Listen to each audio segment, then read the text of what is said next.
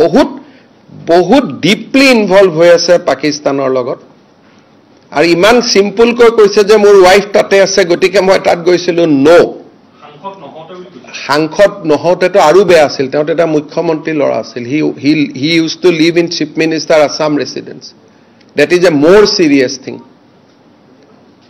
মুখ্যমন্ত্ৰী ল'ৰা এজন মুখ্যমন্ত্ৰীৰ কোৱাৰ্টাৰৰ পৰা আপোনালোকে তেওঁৰ টুইটাৰ চাব যোৱাৰ 2 দিন আগলৈকে টুইট কৰি আছে 14 দিন পাকিস্তান থাকোতে এটাও টুইট কৰা নাই যোৱাৰ 2 দিন আগতে কাৰ্বি আলঙত গৈছিলে গোটেইখিনি টুইট কৰিছে 15 দিন পাকিস্তানত থকা এটা ফটো টুইট কৰা নাই তাৰ টুইটাৰৰ গোটেই আমাৰ লগতো আছে গোটেই হিষ্ট্ৰীটো চাব এই মানুহজন খুল্লা পাকিস্তানৰ এজেন্ট হয় আৰু বহুত ডিপলি ৰোটেড নহলে মই যদি আজি বাংলাদেশত যাওঁ পাকিস্তানত যাওঁ মইতো টুইট কৰিম ন ক'ত গৈছো ক'ত খেলিছো ক'ত গৈছো মই টুইট কৰিম না নাই গলে আৰু তেওঁ টুইটাৰ নাথাকা নহয় 2 দিন আগলৈকে অসমত থাকোতে টুইট কৰি আছে আৰু এতিয়াও প্ৰেসিডেন্ট হোৱাৰ পিছত ফুটি কোনখিনি মানুহৰ তেওঁৰ ফেসবুকত চাবকচোন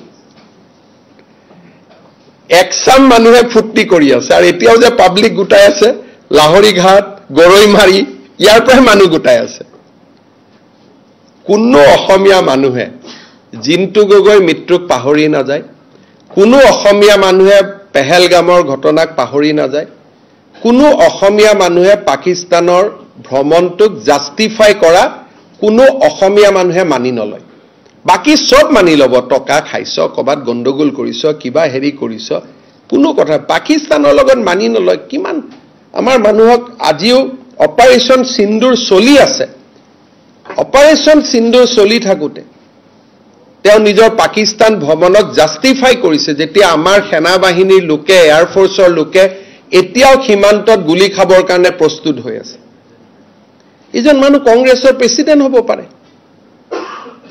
সেইকাৰণে now things has to be answered by Rahul Gandhi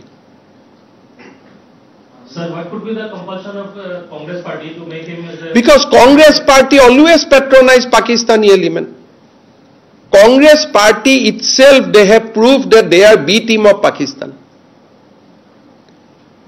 Rahul Gandhi, Gaurav Gogoi both, they tried to prevent purchase of Rafale. If we would not have Rafale, what would have been situation today in Operation Sindoor? Both of them. I have evidence to prove. He asks details about the security we have taken in coastal area. What is the link of Assam MP with the coastal area?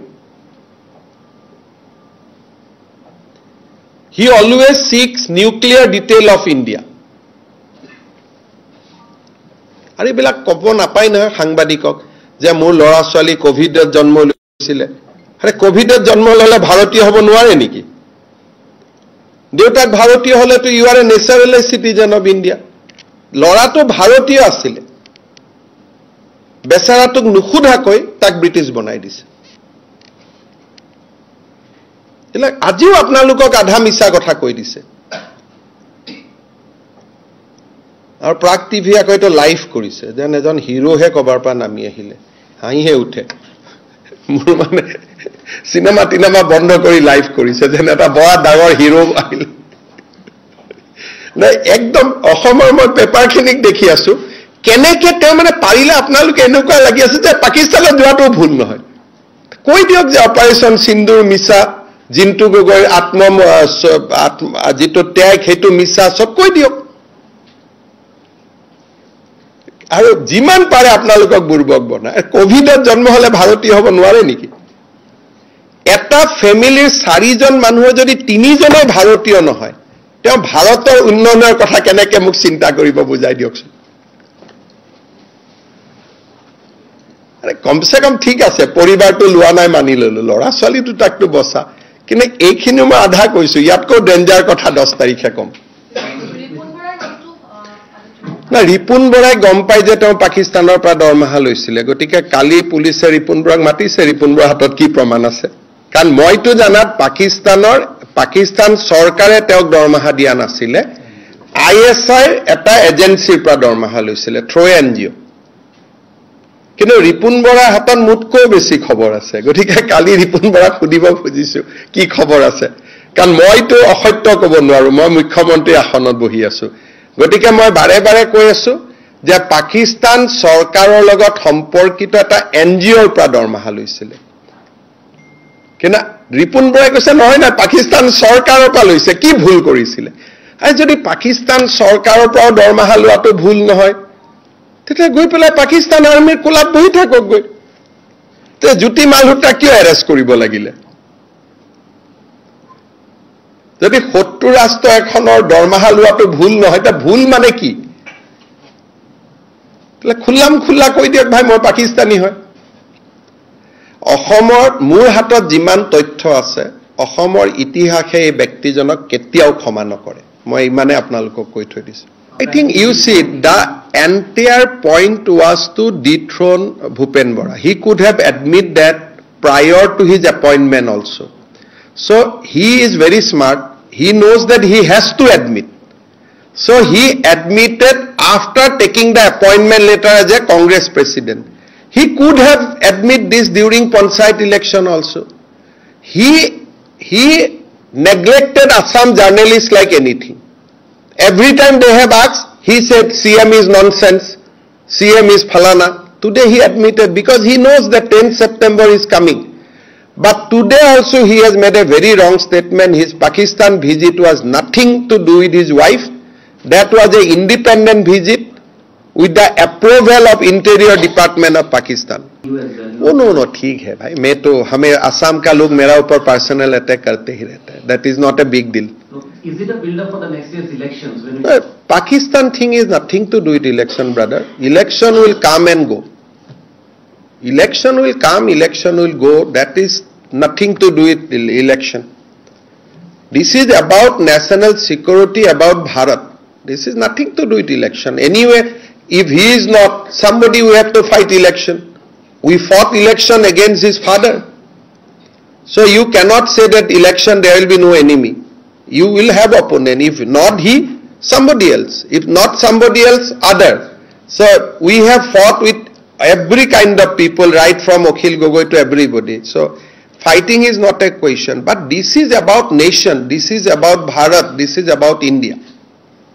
His wife was snooping on our IB. And I have documents to prove that.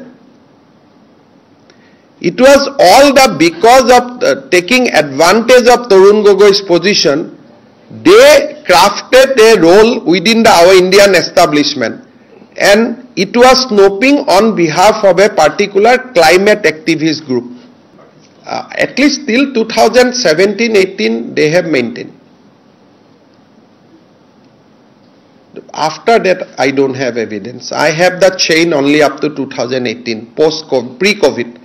After COVID, I don't know. But till then, they were close to the Pakistani establishment. And many more things will come on 10th September. Just wait. And Kaliu, they will receive koribo manu bilake. Maximum bus ahibo Lahori ghatar pra. আপোনালোকে হেবিলাকে দেখুৱাব জনসংখ্যা জনসমুদ্ৰ হয় নহয় কিন্তু জনসমুদ্ৰক এটা চাই ললে হ'ব আপোনালোকে দে আৰ ডিপলি ইনভলভ মই আগতে কৈছিলো পাকিস্তান গৈছে তেওঁ স্বীকাৰ কৰি ললে আজি মই নেক্সট টাইমত কৈছো যে তেওঁলোকৰ গুটে সম্পৰ্কতে পাকিস্তানী ৰাষ্ট্ৰযন্ত্ৰৰ লগত আজি মই নেক্সট এলিগেশনটো দিছো ইমান দিনে মই অলপ সৰু কৰি কৈ আছিলো যে এটা কৈ ট্ৰেপত পৰি গৈ থাকক আজি তো মই তিনটা কথা কৈছিলো তিনটাই প্ৰুভ হৈ গল ৰিপুন বৰাই কলে যে পৰিবাৰে পাকিস্তানৰ পৰা দৰমহা লৈছিলে তেওঁ নিজে কলে মোৰ লৰা ছোৱালী ভাৰতীয় নহয় মোৰ পত্নী ভাৰতীয় নহয় লাষ্টত গল যে মই পাকিস্তানত যোৱাটো হয় পাকিস্তানত যোৱা ফটোবোৰ টুইট কিয় নকৰিলে সিক্ৰেট কিয় আছিল ভিজিটটো এখনটো ফটো টুইট কৰিব লাগিছিল যদি তোমাৰ মনটো অনেষ্টে আছিল মই পৰিবাৰক লগ কৰিব গৈছিলো পৰিবাৰৰ লগত ফটো টুইট কৰিব লাগিছিল, কোন জায়গাত ঘৰ আছিল, কি আছিল, মানুহে জানিলেহেঁতেন। আৰু আটাৰি দি কিয় যাব লাগিছিলে লুকাই লুকাই? প্লেনেদিটো যায়। আটাৰি বৰ্ডাৰৰ সিফালে কোনখন গাড়ীয়ে ৰিচিভ কৰিব ৰখি আছিলে? খোজকাঢ়ি বৰ্ডাৰটো পাৰ কৰাৰ পিছততো কোনোবা এখন গাড়ীত উঠিব লাগিব। এই কথাবিলাকৰতো উত্তৰটো ভাৰতটোতো আৰু ইমান দুৰ্বল ৰাষ্ট্ৰ নহয়। প্ৰাগ চেনেলে গৌৰৱ গগৈক ভয় কৰিব পাৰে, ভাৰতৰ ৰাষ্ট্ৰযন্ত্ৰইটো ভয় নকৰে না।